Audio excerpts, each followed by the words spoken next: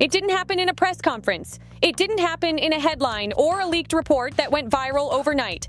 The real turning point came quietly, buried inside a moment that should have meant nothing. A single phone call, one agent picking up a little too fast, one conversation ending a little too abruptly, and that tiny, almost invisible shift was enough for the Indiana Fever front office to realize the ground beneath them wasn't just moving, it was cracking. For months, Indiana believed they understood the landscape. They believed they had a pulse on every conversation around their rising core, every negotiation, every whisper, every subtle hint about what the future might look like. When a franchise finally crawls out of years of irrelevance and lands the most influential rookie the league has seen in decades, you don't assume the world is trying to pull her away. You assume you've finally built something strong enough to keep her. That illusion didn't shatter because of one rumor. It shattered when overseas interest moved from speculation to strategy. What once looked like distant curiosity suddenly became targeted pursuit. Scouts weren't just showing up to games anymore. They were requesting meetings. Not with Indiana, not with the league, but directly with representatives connected to Caitlin Clark and Sophie Cunningham. And those requests weren't rejected. They were entertained. Inside the Fever's offices, the initial reaction wasn't anger. It was disbelief. How could conversations of that magnitude be happening without their full knowledge? How could organizations halfway across the world gather momentum with their players faster than the franchise investing everything into them? It didn't feel like normal negotiation. It felt like a takeover disguised as opportunity, and that's where Indiana started to understand the real problem. The danger wasn't the calls coming in, it was the calls being returned. Because once an athlete starts listening, once agents start taking meetings seriously, the situation stops being hypothetical. Suddenly, every small thing inside the organization felt like a warning sign. A delayed meeting, a skipped team event, a vague social post, a neutral quote that could be read 3 different ways. None of it was proof. But in a high-stakes environment, proof isn't what triggers panic. Pattern does. Indiana wasn't just trying to keep its stars. They were trying to keep the confidence they believed those stars had in the franchise. They wanted stability. They wanted momentum. They wanted the story to stay within the walls they could control. But the nightmare scenario began to form anyway. For the first time since drafting Clark, the Fever recognized they might not be the only ones shaping their future. And that's a terrifying realization for any franchise, especially one that finally found its identity. Then the money part hit the conversation. Early chatter suggested these weren't typical overseas offers. This wasn't the usual supplement your income in the off-season model that women's basketball has always known. This didn't feel like a short-term bonus. This felt like a market shock, because if the numbers being discussed are even close to accurate, they would be far beyond anything the WNBA system was built to match in the short term. Not through incentives, not through a standard contract structure, not through the old logic of stay for the legacy. This is where the Middle East rumors started to reshape the mood. Reports described an emerging women's basketball project operating with the kind of funding that makes traditional sports budgets look limited. When leagues are backed by enormous wealth, the goal isn't always profit in the normal sense. The goal is influence, attention, and elite talent acquisition. And when you combine that with a global push to secure the biggest names in women's basketball, you get offers that don't feel like negotiation. You get offers that feel like destiny trying to pick you up and relocate you. Millions for a short run of games. Money that could change a family's financial trajectory permanently creates a different kind of conversation inside a league where domestic salaries still have defined ceilings. Suddenly, players who had always accepted the economic reality of the WNBA had to face a new question. If the world says this is what I'm worth, why am I expected to settle for less? That question doesn't just affect one player, it spreads. Now add the Caitlin Clark factor. Clark isn't just a rookie. She's the most recognizable face the sport has produced in years. The athlete who shattered viewership records. The player whose name turned arenas into events. For overseas investors, she isn't just talent. She's an anchor for an entire business strategy. Signing Caitlin wouldn't just boost a roster. It would shift global attention. It would turn a developing league into an international spectacle overnight. The moment that becomes obvious, the offers don't climb slowly. They jump. Then the ripple effect arrives. If Caitlin's market value is sky high, and if the global chase becomes real, what does that mean for someone like Sophie Cunningham, a respected veteran, a strong voice, and a player who has been outspoken about fair compensation and the realities of how women's basketball is valued? Overseas recruiters don't only look for skill, they look for influence. They look for leadership. They look for players who can reshape narratives and move people with them. Cunningham checks those boxes. That's why some fans and observers believe the timing of the leaks, if you believe the leak cycle is intentional, wasn't random. Because public pressure is also a strategy. Broadcasting huge offers isn't only about persuading players, it's about reminding the league that loyalty can't be the only economic pillar holding a fast-growing sport together.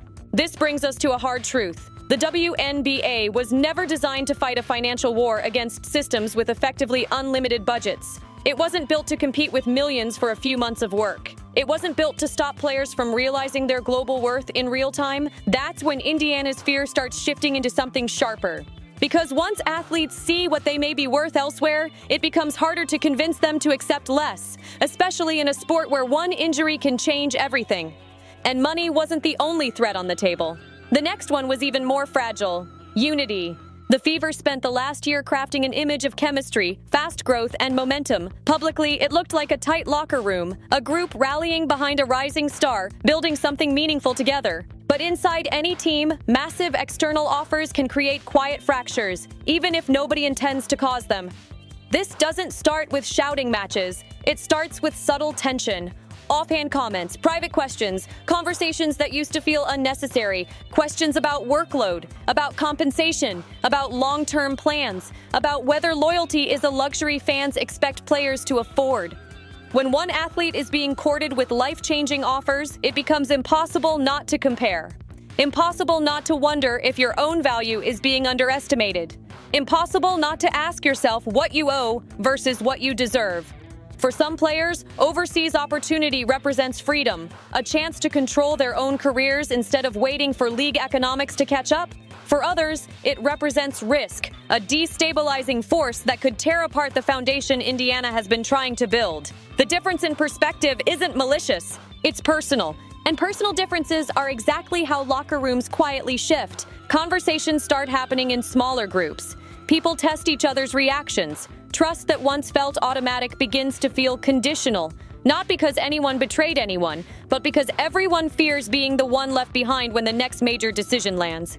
Then came a more uncomfortable layer: whispers about information moving too fast, rumors that someone inside the ecosystem, an agent, a player, maybe even a staff contact, was passing internal signals to overseas recruiters. No public proof, no confirmed source, but the timing lined up too neatly for some people to ignore.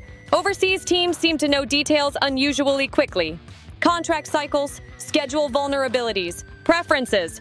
Whether that suspicion is true or not, mistrust doesn't need evidence to spread. It only needs possibility.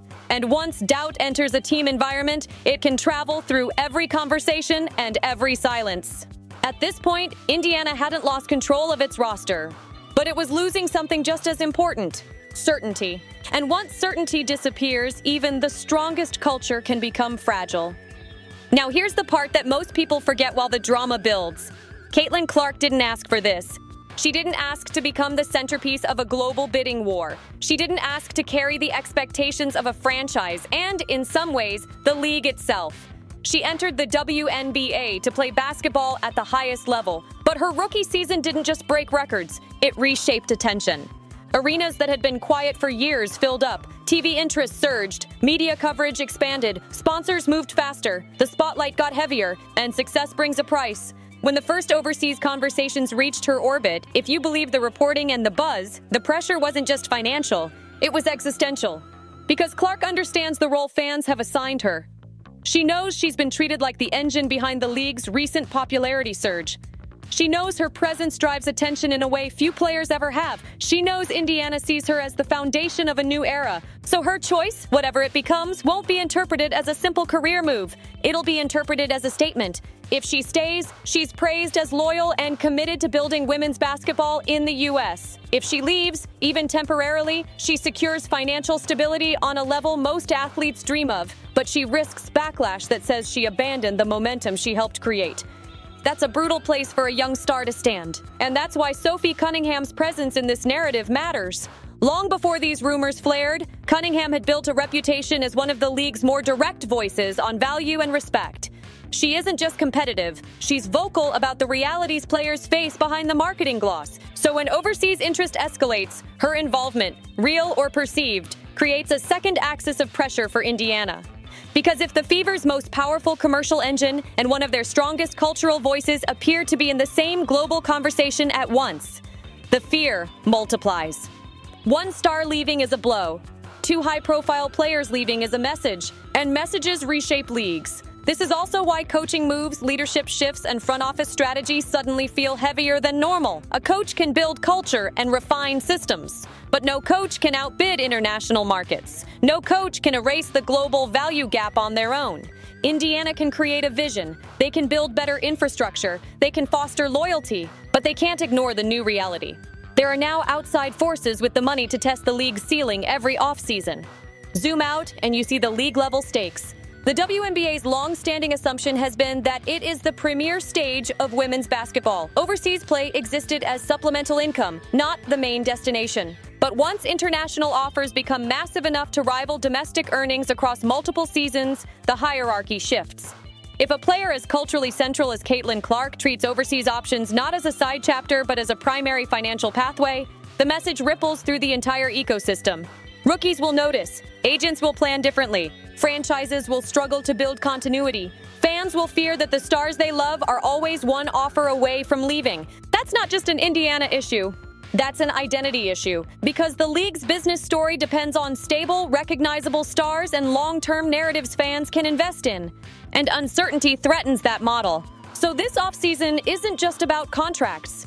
It's about a sport outgrowing the economic system that was built to hold it. The talent has evolved. The audience has expanded. The global market has woken up. But the financial foundation is still catching up. That mismatch is nobody's single fault. It's just what happens when growth accelerates faster than infrastructure. Indiana became ground zero not because they failed, but because they succeeded. They drafted a superstar. They rebuilt relevance. They created momentum fast enough that the world noticed. Now the world might try to claim a piece of that momentum. So here's the practical truth at the end of all this drama.